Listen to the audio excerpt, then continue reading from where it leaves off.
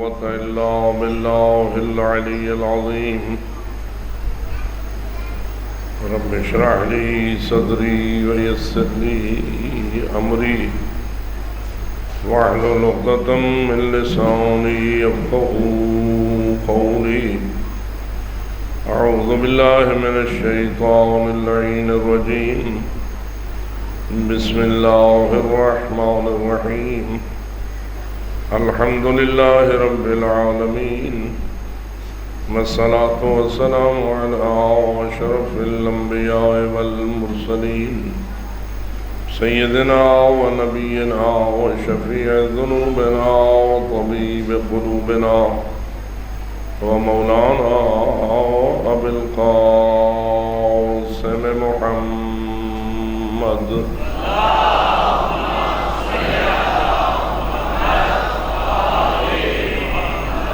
والصلاة والسلام على أهل بيته الطيبين الطاهرين المعصومين الذين قال الله تعالى في شأنهم إنما يريد الله ليذهب عنكم الرجس أهل البيت ويطهركم تطهيرا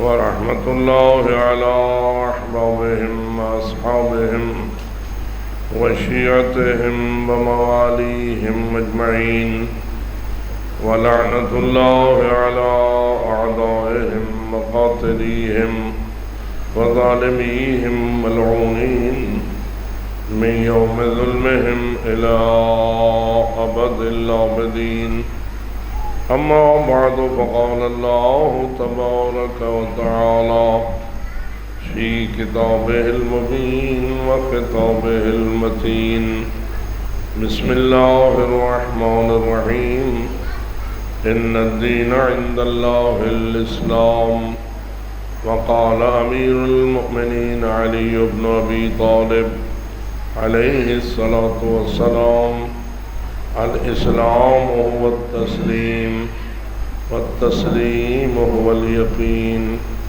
واليقين هو التصديق والتصديق هو الإقرار والإقرار هو الأداء والأداء هو العمل بعد الصلاة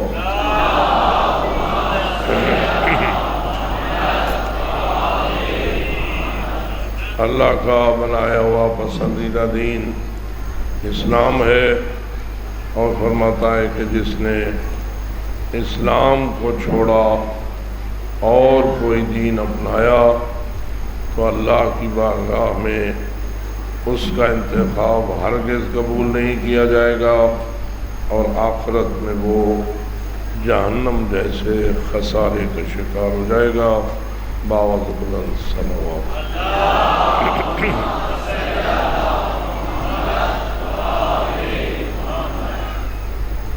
اللہ اس بات کی اجازت نہیں دیتا کہ اس کی مخلوق انسان کے لیے جو دین اسلام اس نے بنایا ہے وہ اس کو چھوڑ دے اور اس کے مقابلے میں پورا دین بنائے تو بھی مجرم ہے، اور اگر دین کا کوئی حصہ بنائے تو بھی مجرم ہے۔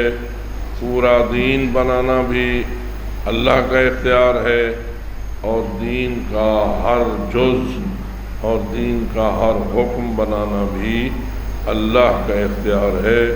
کسی کے اختیار میں یہ بات نہیں دی اس نے کہ وہ اپنی مرضی کا پورا دین بنائے یا کوئی ایک حکم بھی بنائے، تو اللہ اسے فرمائے گا لن يقبل منه وهو في الآخرة من الخاسرین۔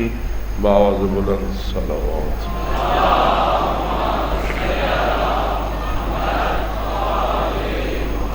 ایسا اختیار اگر اس نے دینا ہوتا تو ان ہستیوں کو دیتا جن کی محبت میں اس نے کائنات کو خلق فرمایا ہے۔ ہمارا ایمان ہے کہ یہ پوری کائنات محمد و آل محمد کی محبت میں خلق کی ہے، وہ اس کے سب سے حبیب ہیں، پیارے ہیں، باعزت ہیں، باعظمت ہیں، بلکہ کسی کو عزت نہیں مل سکتی جب تک وہ محمد و آل محمد کے قدموں پر جھک کر عزت حاصل کرنے کی کوشش نہ کرے۔ للہ العزت ولرسولہ وللمؤمنین، عزت اللہ کے لیے ہے، عزت اللہ کے رسول کے لیے ہے، اور عزت ان لوگوں کے لیے ہے جو ان ہستیوں پر ایمان لاتے ہیں، اور ایمان ماننے کا نام ہے، منوانے کا نام نہیں۔ اس لیے امیر المومنین نے فرمایا، میں اسلام کی وہ تعریف کر رہا ہوں جو نہ مجھ سے پہلے کسی نے کی ہے اور نہ کوئی میرے بات کرے گا۔ اور پہلا جملہ مولا نے یہی فرمایا، الاسلام هو التسلیم، اسلام نام ہے تسلیم ہو جانے کا۔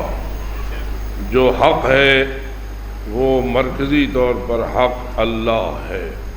اب حق وہ ہوتا ہے یا اللہ خود حق ہے، یا جسے اللہ بنائے وہ حق ہے۔ اگر لوگ مل کر بنائیں یا کوئی اور قوت بنائے تو وہ باطل تو ہو سکتا ہے، کبھی حق نہیں ہو سکتا ہے۔ حق اللہ ہے، اللہ کا رسول حق ہے کہ اللہ نے ان کو رسول بنایا، اللہ کے انبیاء حق ہیں کہ اللہ نے انہیں نبوت عطا فرمائی، اللہ کی طرف سے جن ہستیوں کو امامت عطا فرمائی گئی ان کا امام ہونا برحق ہے، جن کو ولایت دے دی ان کا ولی ہونا برحق ہے۔ غرض ہے کہ نہ کسی کو نبی بنانے کا اختیار ہے، نہ کسی کو امام بنانے کا اختیار ہے، نہ کسی کو ولی بنانے کا اختیار ہے۔ یہ سب اختیار اس ذات ذوالجلال نے اپنے لیے مختص فرمائے ہیں۔ مقابلے میں اگر کوئی آئے گا تو وہ مشرک تو ہو سکتا ہے، مسلم نہیں ہو سکتا ہے۔ بآواز بلند صلوات۔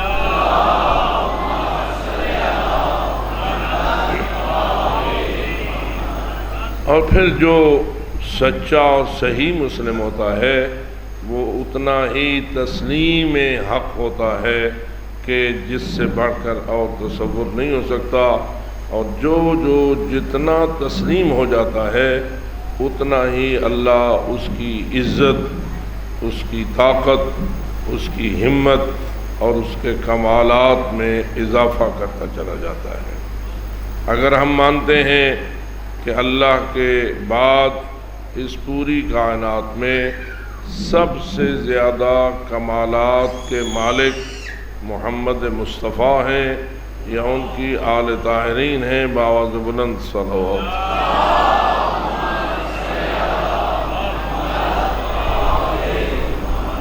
تو یہ اسی لیے ہے کہ وہ اللہ کے سامنے تسلیم ہیں، اور جتنے وہ تسلیم ہیں اتنی ہی ان کی شان بلند سے بلندتر ہے۔ ماہ محرم میں جتنے عزادار اکٹھے ہوتے ہیں دراصل ان کے سامنے اسی بات کو ہی روشن کیا جاتا ہے کہ آل محمد اللہ کے سامنے کتنے تسلیم ہیں۔ کربلا صبر و تسلیم و رضا کا نام ہے۔ جتنے بھی مصائب آئے، آپ نے سنا کہ جتنی مصیبتیں کربلا میں بڑھتی چلی جاتی تھیں اتنا ہی چہرہ ذوالجلال حسینی میں عظمت میں اضافہ ہی ہوتا جاتا تھا، اس لیے کہ وہ اللہ کے سامنے تسلیم تھے، اور اس تسلیم میں کوئی لچک نہ آئی، کوئی کمزوری نہ آئی۔ جو اللہ چاہتا گیا وہی کچھ وہ کرتے گئے، حالانکہ اللہ نے انہیں سب سے بڑا معجز نما بھی بنایا تھا۔ ہمارا ایمان ہے کہ آل محمد، محمد و آل محمد معجزہ رکھنے والی ہستیوں میں سے بھی سب کے سردار ہیں، سب سے بڑے معجز نما ہیں۔ دیگر انبیاء کے پاس اتنے معجزے نہ تھے جتنے محمد و آل محمد کے پاس معجزے تھے۔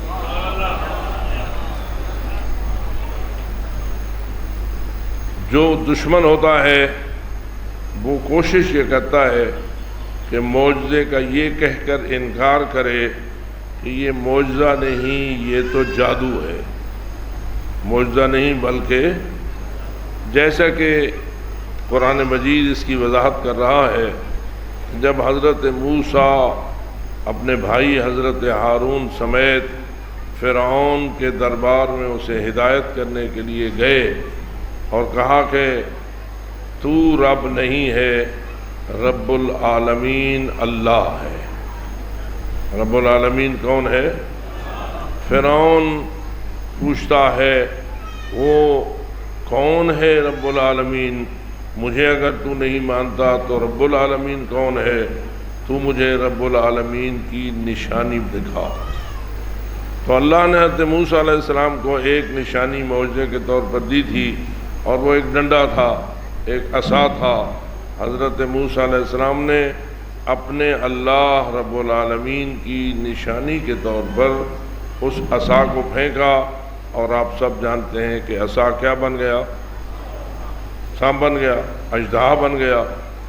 سانپ کا اژدہا بننا، اب حق تو یہ تھا نا کہ فرعون اپنی حقیقت کو تو جانتا تھا، ہر انسان اپنی حقیقت کو خود جانتا ہے، کوئی اسے کوئی کچھ بنائے پھرے، کوئی اس کے بارے میں کچھ نظریہ رکھے، کوئی اس کی کیا کیا تعریف کرے، کچھ اسے کہے، دوسرے کا کہنا انسان کو دھوکہ نہ دے، اس لیے کہ انسان اپنے بارے میں جتنا جانتا ہے اتنا دوسرا اسے نہیں جانتا ہے۔ آپ کا کیا خیال ہے؟ ظاہراً فرعون نے بڑا تم تراک بنایا ہوا تھا، بڑا دربار، بڑا تاج، بڑا تخت، بڑے وزیر، بڑے وزیر اور سجدے کرانا، پتہ نہیں جب اس کے دربار میں کوئی جاتا ہے تو اتنا ماحول اونچا اس نے بنایا ہوا ہے کہ کوئی سوچ ہی نہ سکے کہ فرعون میں کوئی کمزوری موجود ہے، اور وہ پھر اقرار یوں لیتا ہے کہ میرا سجدہ کرو کہ میں تمہارا رب اعلیٰ ہوں۔ لیکن اب سوال یہ ہے کہ یہ باتیں جو فرعون دوسروں سے منوا لیتا تھا، اپنے بارے میں جانتا تھا یا نہیں کہ میں اندر سے خالی ہوں؟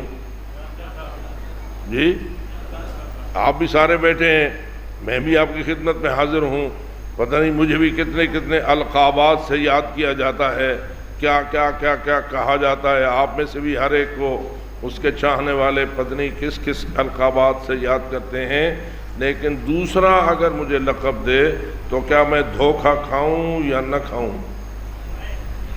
حقیقت تو اپنی انسان کو معلوم ہوتی ہے نا، پتہ ہوتا ہے کہ جو کچھ یہ کہہ رہا ہے میں وہی کچھ ہوں یا میں وہی کچھ نہیں ہوں۔ تو فرعون تو جانتا تھا، اپنے آپ کو تو جانتا تھا، مثلا دوسروں کو کہتا تھا کہ میں تمہارا رب ہوں۔ رب کا ایک مفہوم یہ ہے کہ جیسے آپ دعائیں منگواتے ہیں، یہ اولاد کون دیتا ہے؟ جی اب سارے آپ کے سامنے، بیٹا، اولاد، شفا، مشکلات کا حل دینے والا کون ہے؟ اللہ ہے۔ فرعون جب اپنے آپ کو کہتا تھا کہ میں رب ہوں، اس کا مطلب تو یہ ہے کہ تم سب کا خالق بھی میں ہوں، اور تمہیں اولادیں دینے والا بھی میں ہوں۔ تمہیں جتنے بیٹے دیے ہیں کس نے دیے ہیں؟ فرعون اپنے آپ کو جب رب اعلیٰ کہتا ہے تو گویا یہ کہنا چاہتا ہے، دیکھیے الفاظ کے کچھ معنی ہوتے ہیں، جب کوئی اپنے آپ کو رب کہے گا تو اس کا مطلب یہ ہے کہ تمہارا خالق بھی میں ہوں، تمہارا رازق بھی میں ہوں، تمہارا مالک بھی میں ہوں، تمہیں بیماری بھی میں دیتا ہوں، تمہیں شفا بھی میں دیتا ہوں، تمہیں زندگی بھی میں دیتا ہوں، تمہیں موت بھی میں دیتا ہوں، یہ سارے فیصلے میرے ہاتھ میں ہیں، اور اس لیے میں تمہارا رب۔ میں یہ ٹھیک کہہ رہا ہوں؟ آپ بھی تو کسی کو رب مانتے ہیں یا نہیں؟ جس کو رب مانتے ہیں اس کا نعرہ تکبیر، یہ اللہ اکبر رب ہے تمہارا۔ یعنی جو باتیں میں نے کی ہیں، ہمیں خلق کس نے کیا؟ اللہ۔ ہمارا رزق کس نے خلق کیا؟ ہمیں رزق کون دیتا ہے؟ یہ نظام کون چلا رہا ہے؟ اس نظام میں زندگی ہے کون دیتا ہے؟ اس نظام میں موت ہے کون دیتا ہے؟ اس نظام میں اولاد ہے کون دیتا ہے؟ اس میں بیٹے ہیں بیٹیاں ہیں، یہب لمن یشاء اناثا ویہب لمن یشاء الذکور ویزوجہم ذکرانا واناثا ویجعل من یشاء عقیما، جسے چاہتا ہے سارے بیٹے دیتا ہے، جسے چاہتا ہے ساری بیٹیاں دیتا ہے، جسے چاہتا ہے کچھ بیٹے اور کچھ بیٹیاں دے دیتا ہے، جسے چاہتا ہے کچھ بھی نہیں دیتا۔ یہ سارے اختیار کس کے ہیں جی؟ اب مثلا کبھی کبھی ہمارے بعض دوست عزیزان ان اختیارات کو معصومین کی طرف نسبت دیتے ہیں۔ کن کی طرف نسبت دیتے ہیں؟ تو کیا ہم معصومین کو رب مانتے ہیں؟ جی، رب کون ہے؟ اللہ۔ معصومین کی طرف جب نسبت جاتی ہے تو وہ رب ہیں؟ معصومین 14 معصومین رب ہیں یا نہیں؟ رب ہیں یا نہیں؟ تو آپ نے کیا کہا؟ نہیں۔ لیکن پھر نسبت دیتے ہیں، پنجتن پاک بیٹا دیں، علی رزق دے، مولا شفا دے، یہ بھی آپ کی نسبتیں ہوتی ہیں یا نہیں؟ تو اس کو بھی صحیح حل کرنا چاہیے یا نہ؟ توجہ ہونی چاہیے۔ تو مطلب یہ ہے کہ اصل بندہ یہ کہنا چاہتا ہے یہ اللہ سے دلواتے ہیں، یہ ہستیاں اللہ سے دلواتی ہیں۔ بیٹا چاہیے، تو آ گیا غازی عباس مجھے بیٹا دے، اس کا مطلب اصل میں حقیقت یہ ہے کہ غازی عباس تو اللہ کا مقرب ترین شہید راہ خدا ہے، تو مجھے اللہ سے بیٹا دلوا۔ لیکن کبھی کبھی مجازی طور کے اوپر نسبت کو تھوڑا سا بدل دیتا ہے۔ کیوں؟ اس لیے جو دلوائے ہم کہتے ہیں اس نے دیا ہے۔ مثلا نوکری دینے والا تو آپ کو وہ وزیر ہوتا ہے یا کوئی با اختیار افسر ہوتا ہے جس کے ہاتھ میں اپائنٹمنٹ ہوتی ہے، نوکری وہ دیتا ہے۔ لیکن جس ایم این اے یا ایم پی اے نے آپ کو اس سے نوکری دلوائی، آپ اس کو کہتے ہیں مجھے تو آپ نے دی ہے، اور ساری زندگی اس کے ممنون احسان بھی رہتے ہیں۔ بہت سارے نوجوان ہیں چاہیے دن رک کے ایم این اے سے ایم پی اے سے، بھی M N A M P A کے اختیار میں آپ کے اس نظام پاکستانی میں نوکری دینا ہے۔ چپ تھی گئے ہو، ووٹ بھی خود دیتے ہو، ایم این اے بھی بناتے ہو، ایم پی بھی بناتے ہو، تو کیا یہ M N A M P A قانون پاکستان کے مطابق نوکری دیتے ہیں یا نوکری دلواتے ہیں؟ جی ہیں تو دلواتے، سفارش کرتے ہیں ڈی سی کو، سفارش کرتے ہیں کمشنر کو، سفارش کرتے ہیں کسی اور ایسے آفیسر کو جس کو قانون پاکستان نے اپائنٹمنٹ کا اختیار دیا ہے، اس سے منوا لیتے ہیں، پھر مل جاتی ہے نوکری آپ کو۔ لیکن آپ کیا کہتے ہیں؟ مجھے تو آپ نے نوکری دی ہے۔ دلوانے کو کیا کہتے ہیں؟ دی ہے۔ ایسے ہی محمد و آل محمد دلواتے ہیں اور کہا جاتا ہے کہ آپ نے دی ہے۔ تو اس میں کوئی حرج بھی نہیں ہے، یہ معاشرے میں ایسا ہوتا ہے، اور یہ بات برحق ہے کہ محمد و آل محمد کو اللہ نے اس مقام اعلیٰ پہ فائز کیا ہے کہ جب وہ اللہ سے چاہتے ہیں کہ ان کے لیے ایسا کر، تو اللہ فرماتے ہیں میں تمہاری اس خواہش کو رد نہیں کرتا۔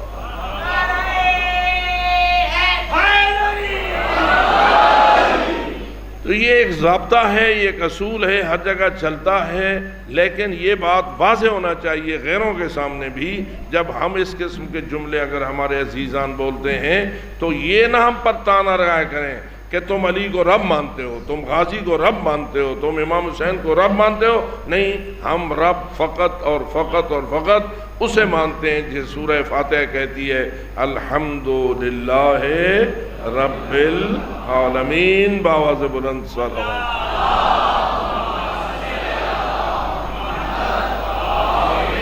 ہاں البتہ ہمارے کچھ کم علم، کم ظرف، نہ قرآن جانتے ہیں، نہ حدیث جانتے ہیں، نہ ائمہ کے فرمان کو سمجھتے ہیں، ویسے ہی بس اپنے ذہن کی اپج کو دین بناتے ہیں.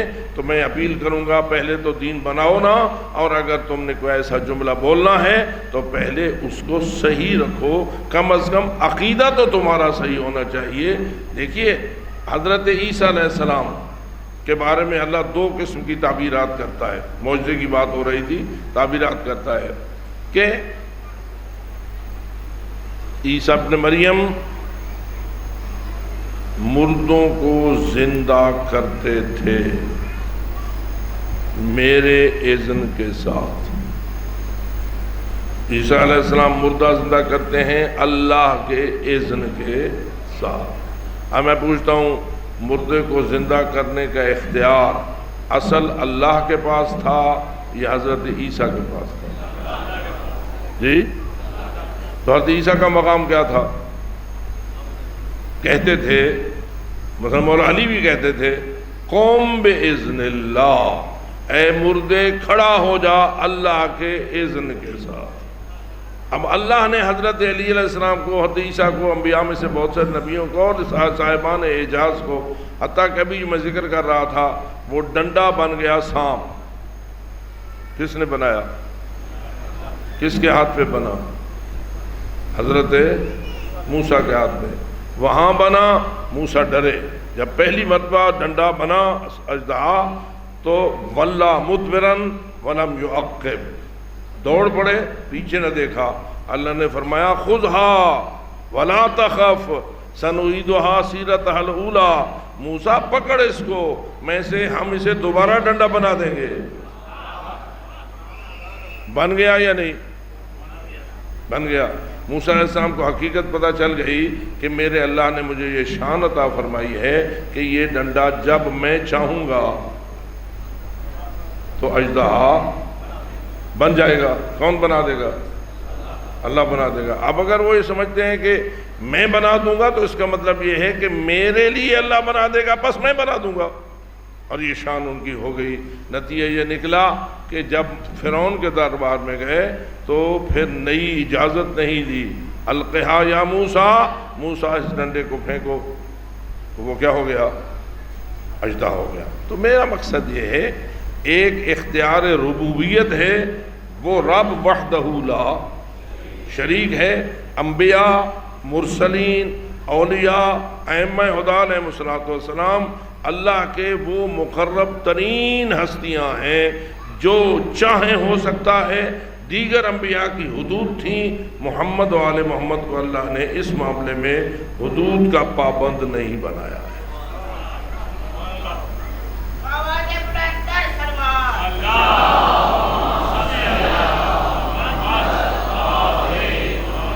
فرعون نے سمجھا جادو ہے، سمجھا نہیں، خود سمجھ گیا کہ یہ جادو نہیں ہے، لیکن لوگوں کو دھوکہ دینے کے لیے کیا کہا؟ یہ کیا ہے؟ جادو ہے. اب مقابلے پہ اتر آیا، مشورہ لیا، وزیروں مشیروں نے مشورہ دیا کہ یہ گیا ہے کچھ عرصے. دیکھیے یہ عجیب بات ہے، حضرت موسیٰ علیہ السلام کا فرعون کے گھر پلے تھے،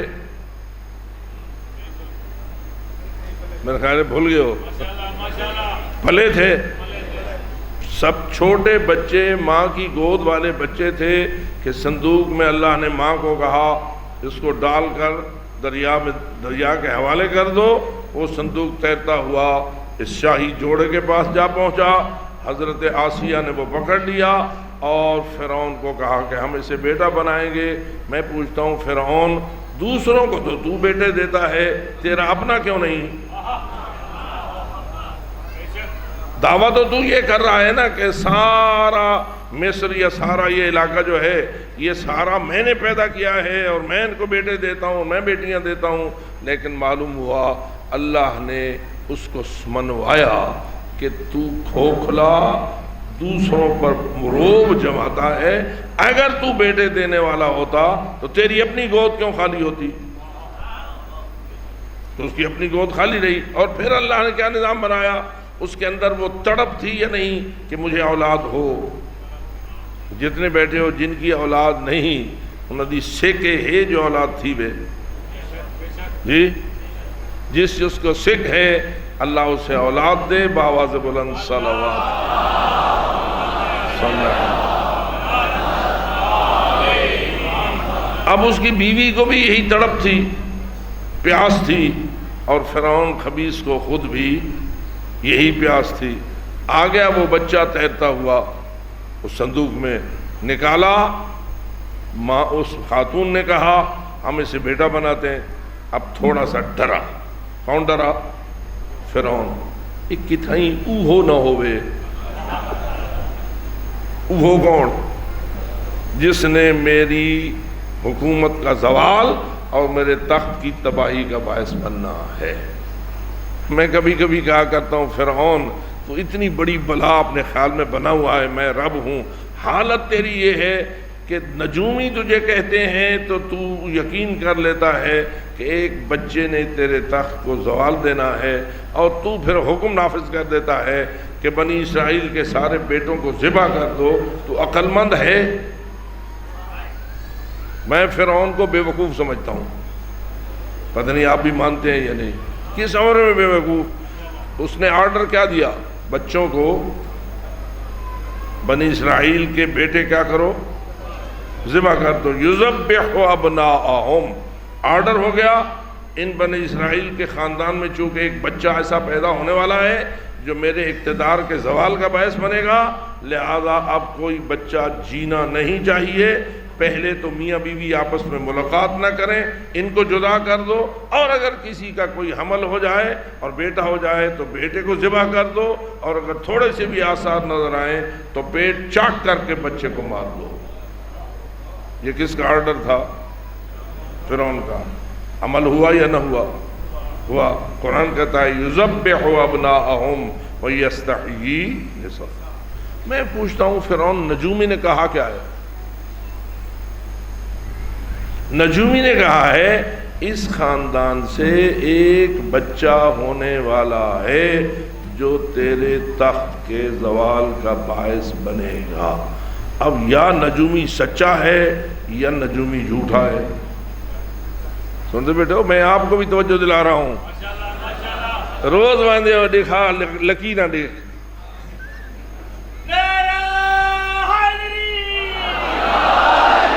بہت ساری باتیں ہمارے اندر بھی عجیب و غریب سی چلتی پھرتی ہیں۔ میں پوچھتا ہوں کہ تو نجومی پہ کر رہا ہے اعتبار، اور اس کے نتیجے میں امام صادق کے فرمان کے مطابق 20,000 سے زیادہ بچے فرعون نے ذبح کرائے، خاندان بنی اسرائیل کے، کیونکہ ان کے اندر سے ہونا تھا نا بچہ، جو نجومی نے خبر دی تھی۔ اب نجومی کے کہنے پر تو نے اتنے بچے ذبح کرا دیے، اور ذبح بھی بچے پیدا ہونے سے پہلے بھی بات ذبح کرا دیے، اور بنی اسرائیل کو آپس میں میل ملاقات سے بھی روک دیا۔ اتنا بڑا سنگین آرڈر فرعون نے جاری کیا، اور اس کے جو گماشتے تھے وہ اس پر عمل کرتے تھے۔ میں پوچھتا ہوں، آپ سارے دانا بیٹھے ہیں، تھوڑا سا اپنی عقل کو استعمال کیجئے۔ نجومی دو صورتوں میں سے ایک ہے، یا سچا ہے یا جھوٹا ہے، تیسری صورت تو نہیں ہو سکتی۔ نجومی یا سچ بول رہا ہے، اور یا اگر وہ سچ بول رہا ہے تو بچہ آئے گا، تیری تخت اور حکومت کو خراب کرے گا۔ اگر وہ سچا ہے، تیرے بچوں کو ذبح کرنے سے وہ سچ کیسے جھوٹا ہو جائے گا؟ اور اگر نجومی جھوٹا ہے تو پھر کوئی ہونا ہی کچھ نہیں، پھر نے تو کوئی بچہ آنا ہی نہیں، اور اس نے تیرے تخت کے زوال کا باعث بننا ہی نہیں، تو پھر کیوں تو ذبح کرا رہا ہے؟ یعنی اگر نجومی جھوٹا ہے تو بھی بے وقوف ہے، اور اگر نجومی سچا ہے تو بھی تو بے وقوف ہے۔ یہ سنتے بیٹھے ہو؟ یہ جو اپنی اپنی آرڈرز بازی ہوتی ہے نا، آج کل امریکہ بھی ایسا کر رہا ہے۔ مجھے ڈر لگا ہے فلاں سے، چڑھ دوڑو اس کے اوپر۔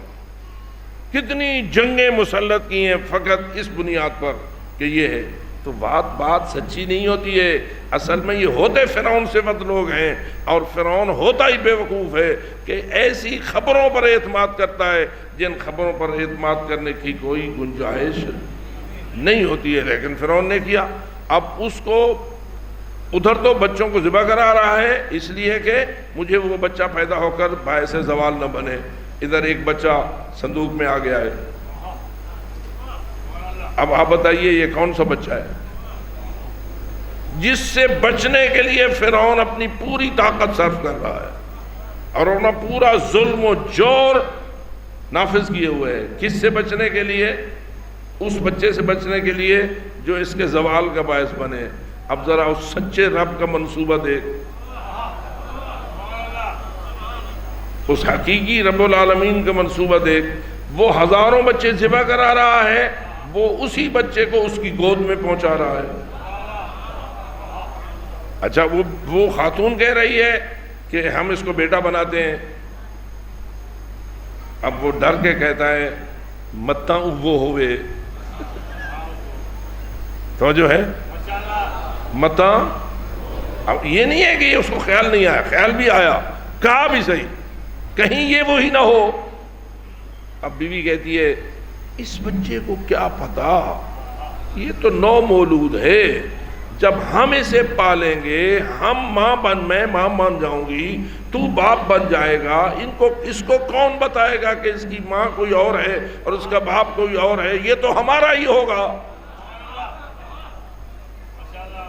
پتہ نہیں کہ آج سمجھ آنی بھی ہے یہ نہیں، اس کو کون بتائے گا؟ کیونکہ وہ تو کوئی سامنے ماں تو تھی نہیں، حقیقی ماں سامنے نہیں تھی، تو وہ تو ایک صندوق میں آ گیا تھا، صندوق سے نکلا تو اس نے کہا کہ ہم بیٹا بناتے ہیں۔ وہ کہنے لگا کتھائیں اے وہ نہ ہوئے، تو وہ کہتی ہے کہ نہیں یہ کیسے ہو سکتا ہے۔ اب یہ دونوں باتیں اس ماں کو کون کہلا رہا ہے؟ اولاد کی تڑپ، اور فرعون کیوں مان رہا ہے؟ اولاد دی سیک۔ مان گیا۔ حضرت موسیٰ اس کے گھر میں کیسے پل رہے ہیں، پہنچ تو گئے، دودھ چاہیے تھا ماں کا، وہ بیچاری تو دودھ رکھتی نہیں تھی کہ بے اولاد تھی، جو ملکہ تھی وہ اس کے پاس تو دودھ تھا نا، اب اسے چاہیے تھا کوئی دودھ پلانے والی ہو۔ ایک آئی، دوسری آئی، تیسری آئی۔ اللہ فرماتا ہے ہم نے تو موسیٰ علیہ السلام پر باقی ہر ایک عورت کے دودھ کو روک دیا تھا، منع کر دیا تھا، حرام کر دیا تھا کہ موسیٰ کسی کا دودھ نہیں پیے گا۔ بدلتی رہیں، دودھ موسیٰ نہیں پیتے تھے، تو ان کی بہن پیچھے آ گئی تھی دیکھتے ہوئے حالات کو، تو اس نے کہا اگر مجھے اجازت ہو تو میں ایک ایسی خاتون کو لے آؤں، وہ بھی دودھ والی ہے، شاید یہ اس کا دودھ پی لے۔ اب دیکھا ہے شاید کیسے آگے بڑھ رہا ہے، شاید بڑھ رہا ہے، مطلب یہ ہوا کہ جھوٹ جھوٹ ہوتا ہے، سچ سچ ہوتا ہے، باطل باطل ہوتا ہے، حق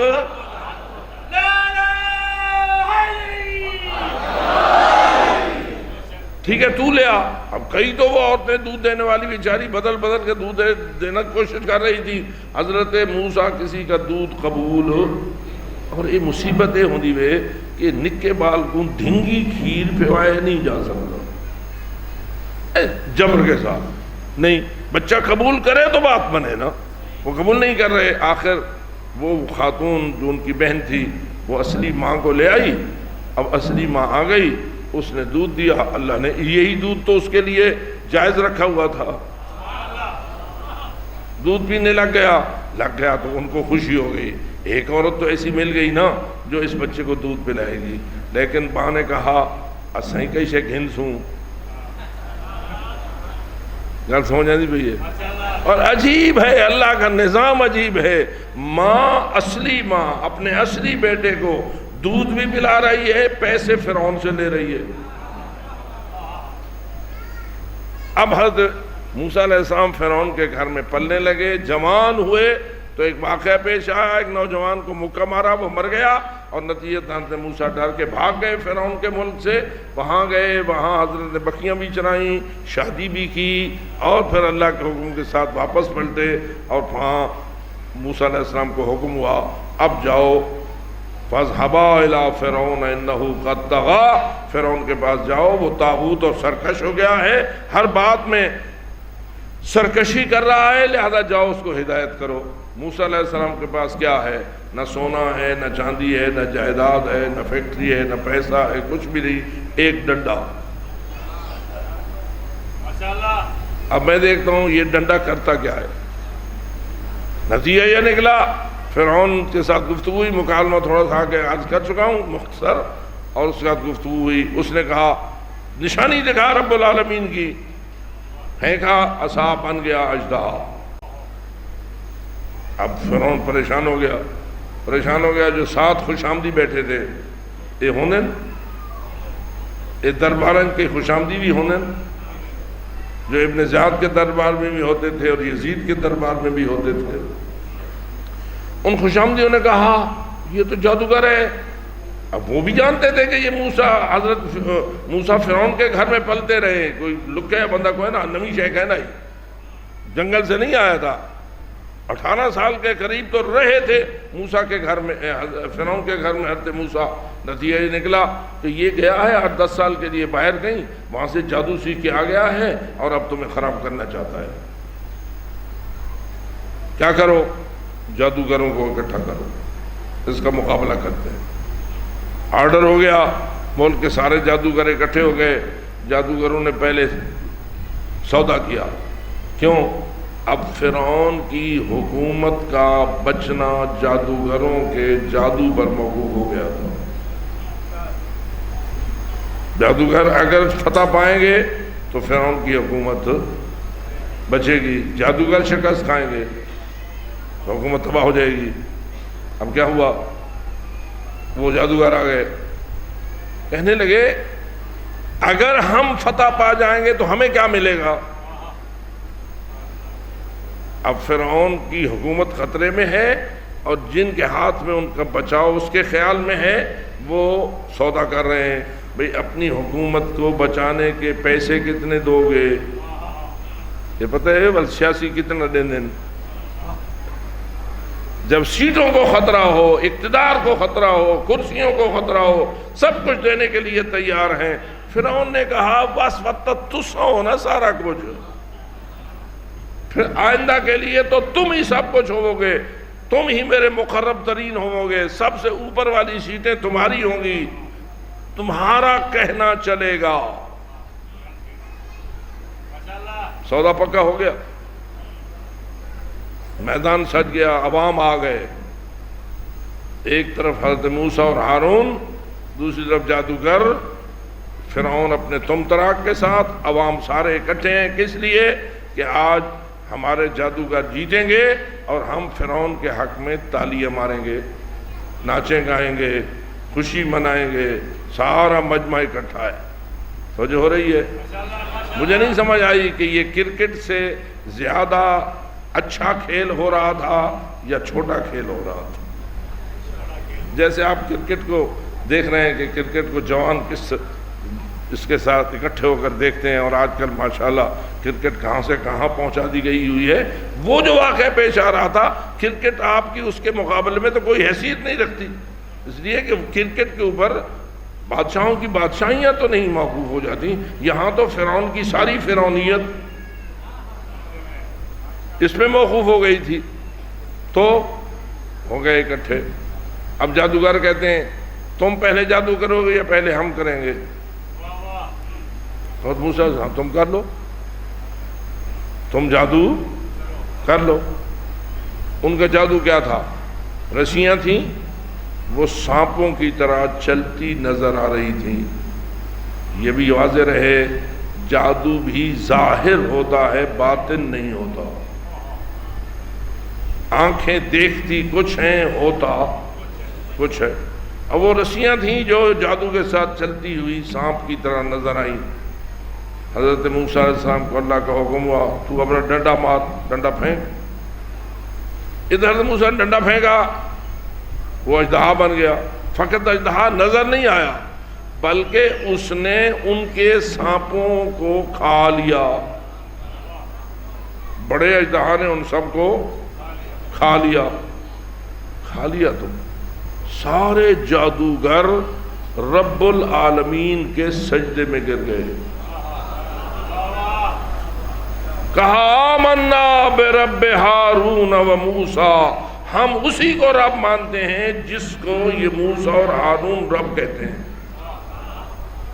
اب میں ذرا آپ سے پوچھتا ہوں، تھے تو وہ سارے جادوگر، انہوں نے یہ کیوں نہ کہا کہ یہ موسیٰ ہم سے بڑا جادوگر ہے؟ کس کو مان گئے؟ کس کو مان گئے؟ سجدہ کس کا کیا؟ اللہ رب العالمین کا۔ موسیٰ علیہ السلام کے اژدہا کے ان چیزوں کو کھانے کی وجہ سے وہ اللہ رب العالمین کے سجدہ گزار کیوں ہو گئے؟ سوال معقول ہے؟ وہ تو یہ کہتے ٹھیک ہے جی یہ بڑا ہم سے بھی بڑا جادوگر ہے، یہ کہتے نا، لیکن وہ کس کو مان گئے؟ موسیٰ کو بڑا جادوگر مان گئے یا اللہ کو اللہ مان گئے؟ اللہ کو رب مان گئے، اللہ کو اللہ مان گئے۔ کیوں جادوگر کیوں مان گئے؟ توجہ رہے، اصل مسئلہ یہ ہے کہ جادوگر جانتا ہوتا ہے کہ جادو کیا ہوتا ہے۔ جادوگر جادو کی حقیقت تو جانتا ہے۔ جو کچھ وہاں حضرت موسیٰ کے ہاتھ سے ہوا تھا، اگر وہ جادو ہوتا تو جادو سمجھتے، لیکن وہ جادو نہ تھا، وہ معجزہ تھا۔ اور جادوگر سمجھ گئے یہ ہم جیسا جادوگر نہیں ہے، بلکہ یہ کسی ایسی طاقت کا نمائندہ ہے جو حقیقتوں کو بدل سکتا ہے۔ چونکہ سانپوں کو کھا جانا یہ جادو والے سانپ کا کام نہیں۔ پتہ نہیں کہ سمجھنے پہ ہو یا نہیں۔ اگر کبھی آپ کی آنکھوں کو کوئی چیز اس قسم کی نظر آئے تو یہ نہ سمجھا کرو کہ اس میں وہ زہر پیدا ہو گئی ہے اور وہ مجھے جلا دے گا اور مجھے کھا جائے گا، نہیں، وہ نظر آنا کچھ اور ہوتا ہے، حقیقت ہونا کچھ۔ معجزہ حقیقت کو بدلتا ہے، جادو فقط ظاہر کو بدلتا ہے۔ جادوگر اپنے جادو کی حقیقت کو سمجھتے تھے کہ وہ ہمارا اگر تو یہ جادو ہوتا تو یہ سانپ کھا نہ سکتا۔ توجہ ہو رہی ہے؟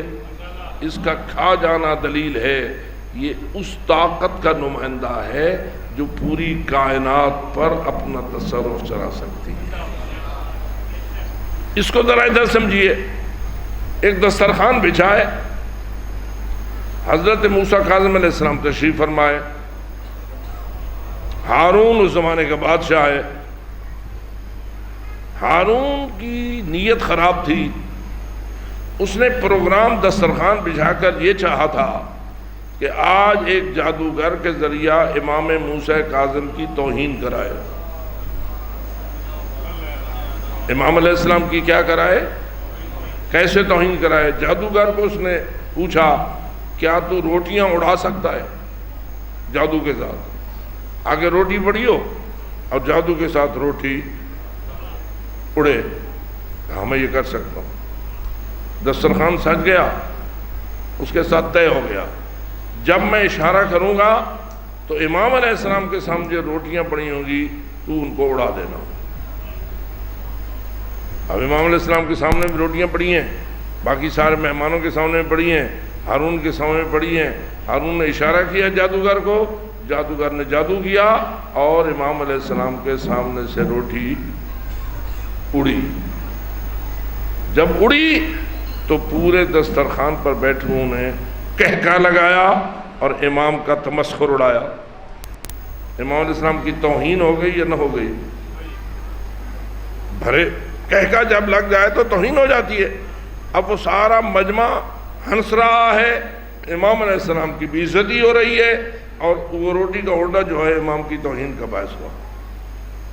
امام نے کیا کیا؟ دیکھا قالین پر ایک شیر کی تصویر، قالین پر ایک شیر کی تصویر تھی۔ امام نے اس کی طرف دیکھا، فرمایا یا اسد اللہ کل عدو اللہ، اے شیر خدا کھا جا دشمن خدا کو۔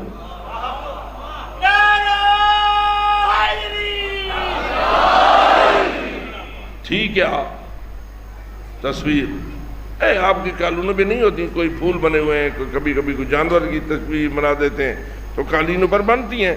تو وہ قالین تھی، بادشاہ کی قالین تھی، اس پر ایک شیر کی تصویر بنی ہوئی تھی، لیکن امام نے کیا کہا؟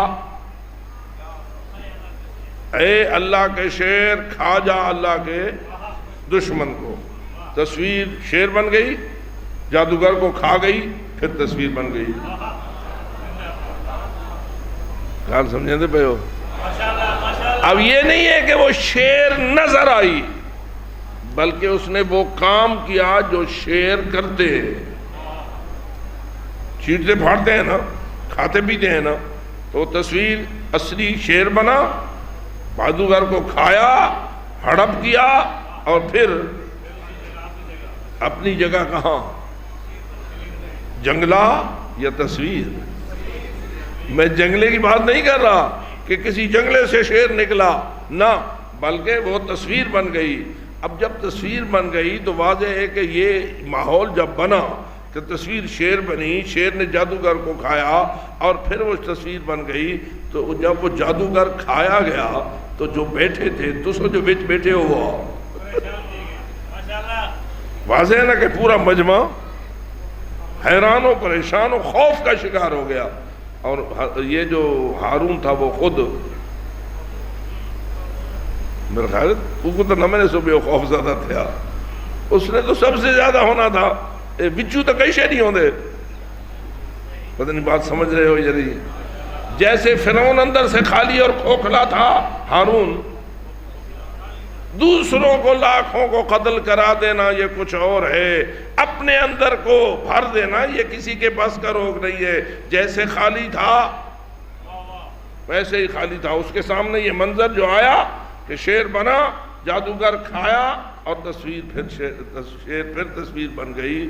تو پہلے تو ہارون دے پانی چھٹ گیا، سب پریشان ہو گئے. بڑی دیر بعد سنبھلے، بہت دیر بعد سنبھلے. اب امام علیہ السلام سے کہتا ہے یہ ہم مہربانی تک کر رہا اور سارے جادوگر تھا والا آدھے ہوا. وہ جادوگر تو واپس آ جاتا. امام فرماتے ہیں اگر حضرت موسیٰ کے اژدہا نے جادوگروں کی سانپوں کو واپس کیا ہوتا تو میرا شیر بھی جادوگر کو واپس کر دیتا. نہ وہاں واپس کیا نہ یہاں واپس ہوگا. وہ کدھر گیا جادوگر؟ اس کی ہڈیاں کدھر گئیں؟ اس کا گوشت کدھر گیا؟ سب کچھ کدھر گیا؟ وہ تو تصویر کی تصویر ہو گئی، وہ کہاں گیا؟ ہے کوئی طاقت ایسی جو ایسا کر سکتی ہے؟ جو ایسا کر سکتی ہے وہ رب العالمین ہے. جو اس کا نمائندہ ہوتا ہے وہ ہمارا امام ہوتا ہے. حضرت امام حسن مجتبی کہہ رہے تھے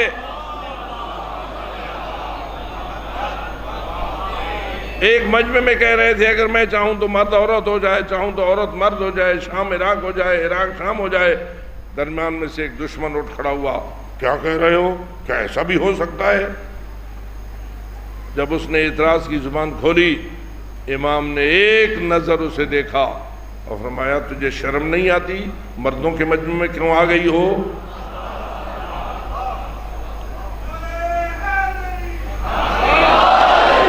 اب جب اس نے دیکھا تو پہلے ہی تھی، اب شی ہو چکی تھی. پتہ نہیں بات سمجھ آئی ہے یا نہیں آئی؟ مجھ سے زیادہ انگلش آپ جانتے ہو. پہلے کیا تھا؟ ہی. اب کیا ہو گئی تھی؟ شی. امام نے فرمایا گھر جا، وہ جو شی تھی وہ ہی ہو چکی ہے، اور تمہارے اندر سے ایک ایسا بچہ پیدا ہوگا جو نہ ہی ہوگا نہ شی. کیا خیال ہے؟ ایسا ہو سکتا ہے؟ کون کر سکتا ہے؟ اللہ ہو رب کس کے لیے کرتا ہے؟ اپنے سچے نمائندگان برحق کے لیے کرتا ہے، اپنے نبیوں کے لیے کرتا ہے، اپنے اماموں کے لیے کرتا ہے، اپنے ولیوں کے لیے کرتا ہے. اور اگر ان کو تم راضی کر لو گے تو جو چاہو گے وہ ہو جائے گا. ہوتا ہے اور آپ کا تجربہ ہے. روزانہ یہ دعائیں مانگتے ہیں اور آپ توسل کرتے ہیں اِمام خدا کا یا کربلا والوں کا. تو جتنا کوئی اللہ کے سامنے تسلیم ہے اتنا ہی اس کا مقام اللہ کے نزدیک بلند ہے. کیا خیال ہے؟ نافرمان خدا کے ہوتے ہیں جو اس منزل پہ ہوتے ہیں، یا تسلیم امر خدا ہوتے ہیں؟ تسلیم ہوتے ہیں تو منزل بڑھتی ہے۔ رسول اکرم اللہ کے سامنے تسلیم، امیر المومنین اللہ کے سامنے تسلیم، بی بی طاہرہ اللہ کے سامنے تسلیم، امام حسن مجتبیٰ اللہ کے سامنے تسلیم، امام حسین۔ اور ہم میں بھی جتنے ہم تسلیم امر الہی ہوتے جائیں گے اتنا ہی ہمارا مقام بھی بارگاہ رب العزت میں بلند ہوتا جائے گا۔ اور سچا ولی کوئی تب بنتا ہے جب تسلیم امر الہی ہوتا ہے، بغیر تسلیم کے کچھ نہیں ہوتا۔ ذرا کربلا میں دیکھ کتنے تسلیم ہیں وہ جو کربلا میں شہید ہو رہے ہیں۔ زندگی ہر ایک کو پیاری ہے، لیکن اللہ جانے وہ کیسے عظیم لوگ تھے جنہیں امام حسین کہتے تھے زندگی بچانا چاہتے ہو تو چلے جاؤ، اور کھڑے ہو کے کہتے تھے مولا یہ تو ایک زندگی ہے، 70 زندگیاں بلکہ 1000 مرتبہ زندگی ملے تو ہم ہر مرتبہ زندگی کو قربان تو کر سکتے ہیں، لیکن آپ کو چھوڑ کے جانا گوارا۔ کیا یہ فقط لفاظی تھی یا حقیقت تھی؟ جی حقیقت تھی۔ ذرا توجہ کر، کتنی عمر کے ہیں حضرت قاسم؟ 13 سال کی عمر ہے، بلکہ میں یوں کہہ دوں حضرت امام حسن مجتبیٰ کے 3 بیٹے کربلا میں تھے۔ 3 بیٹے، بڑے حضرت حسن مثنیٰ تھے، درمیانے حضرت قاسم تھے، چھوٹے حضرت عبداللہ تھے، اور تینوں کربلا میں قربانی کی منزل پہ پہنچے ہوئے تھے۔ لیکن اللہ کا اپنا فیصلہ ہے۔ حضرت حسن مثنیٰ امام حسن کے داماد تھے، ان سے ان کی اولاد ہے۔ جتنے بھی حسنی سعادات ہیں امام حسن کی نسل سے، وہ اکثریت حسن مثنیٰ کی نسل سے ہے، اور حسن مثنیٰ کی بیوی امام حسین کی بیٹی حضرت فاطمہ کبریٰ، ان پہ باواز بلند صلوات۔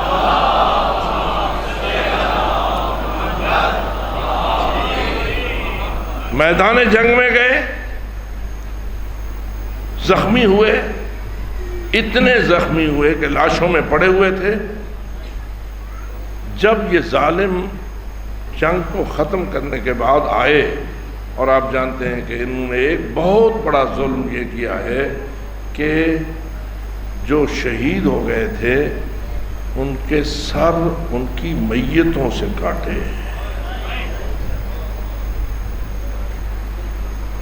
زندہ آدمی کا سر جدا کرنا کچھ اور ہے، جنازے سے کسی کا سر جدا کرنا کچھ۔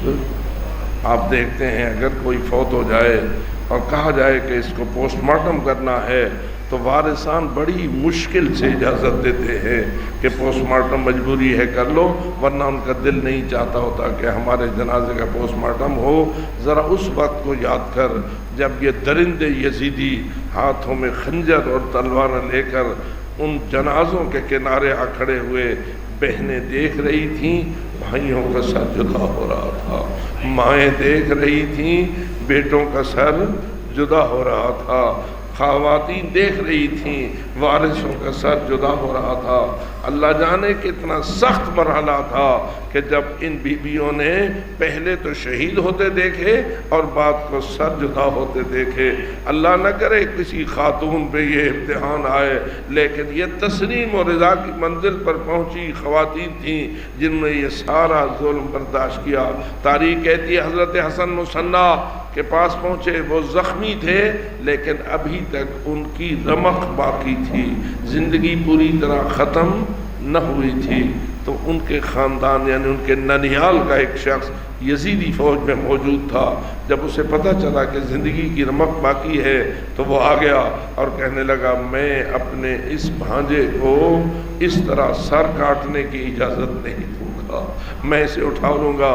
حضرت امام حسن مصنع کو لے کے کوفہ چلے گئے، کوفہ میں ان کا علاج ہوا، وہ شفا یاب ہوئے اور پھر مدینہ منورہ آئے اور اپنے گھر کو آباد کیا۔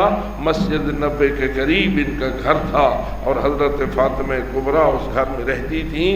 روایت کہتی ہے جب مسجد کی توسیع کرنے کے لیے بنی امیہ نے حضرت فاطمہ کبریٰ سے یہ چاہا کہ ان کا گھر لے لیں تو بی بی وہ گھر دینے کے لیے تیار نہ تھی، لیکن انہوں نے جبراً اس گھر کو چھین لیا۔ تو یہ ظلم ہے جو مختلف انداز سے ہوتے رہے۔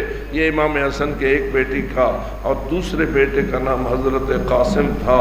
آپ ذرا غور تو کریں کہ امام حسین علیہ السلام بیٹھے ہیں اور ایک مرتبہ آواز آتی ہے حل من ناصر ینصرنا، ہے کوئی جو ہماری مدد کو آئے؟ اس لیے کہ بہت سارے احباب و اصحاب شہید ہو چکے تھے۔ تھوڑی تھوڑی دیر بعد کبھی امام یہ کہتے تھے ہے کوئی جو ہماری مدد کو آئے۔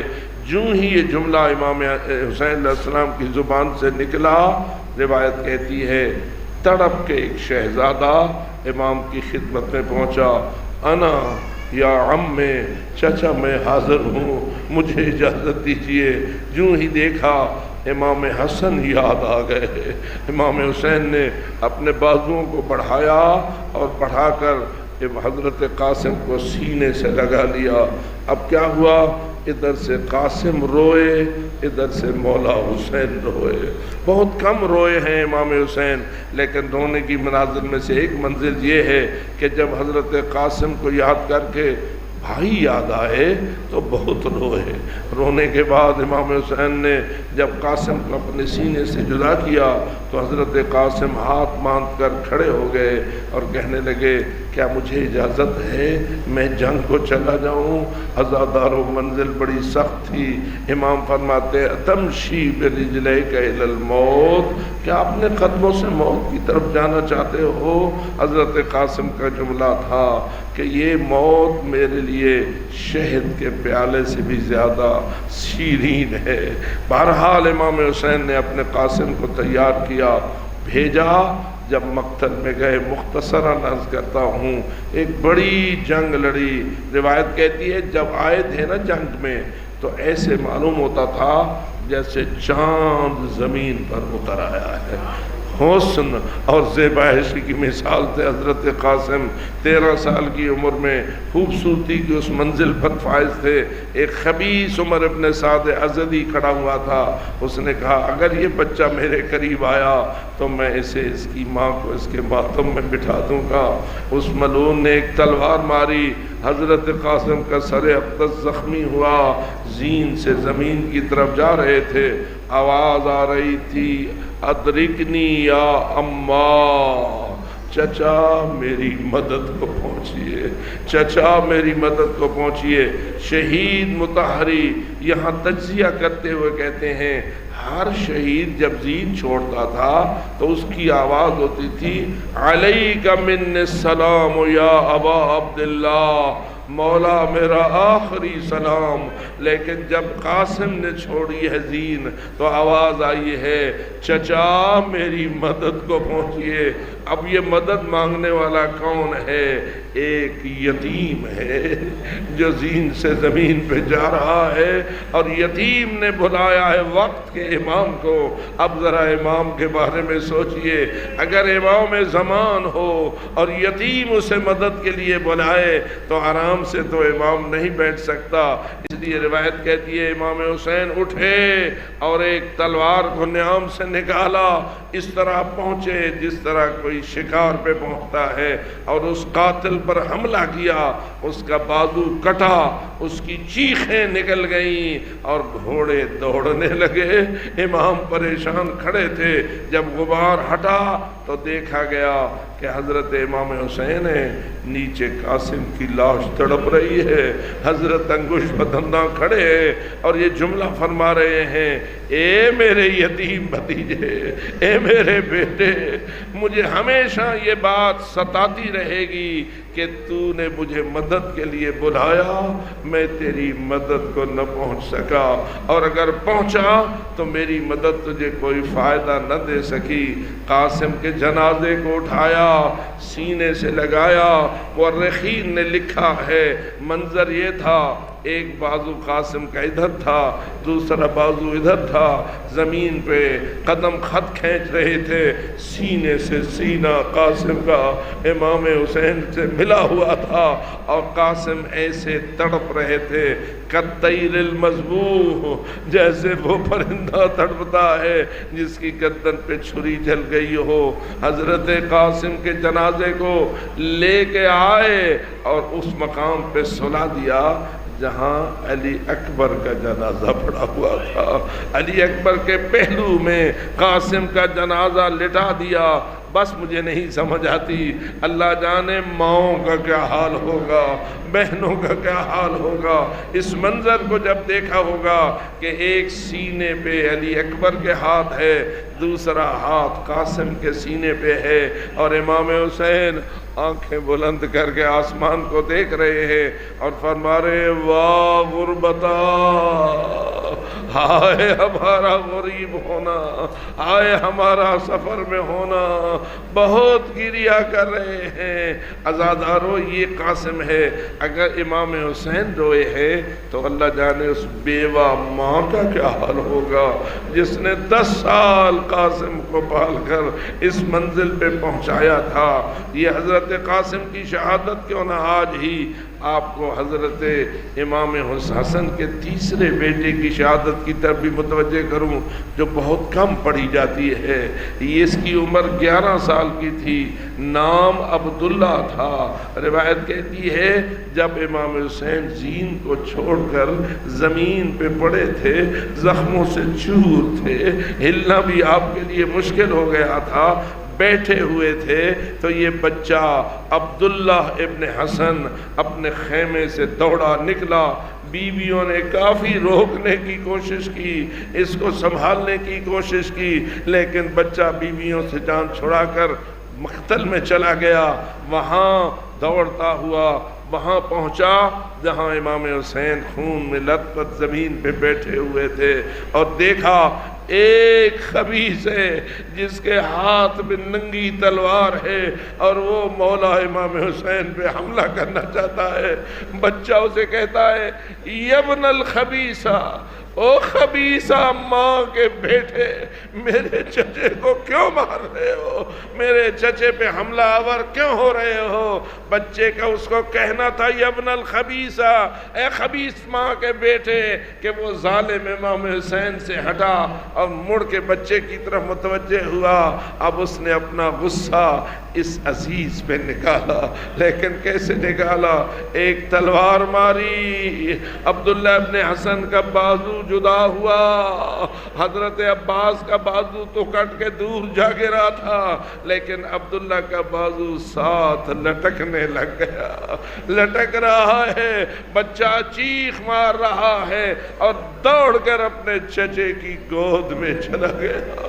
امام حسین نے گود میں لیا، سر پہ یتیم کے ہاتھ پھیرا، محبت و پیار کا اظہار کیا اور فرمایا اے میرے لخت جگر، تو بھی بہت جلد اپنے اجداد کی خدمت میں پہنچنے والا ہے۔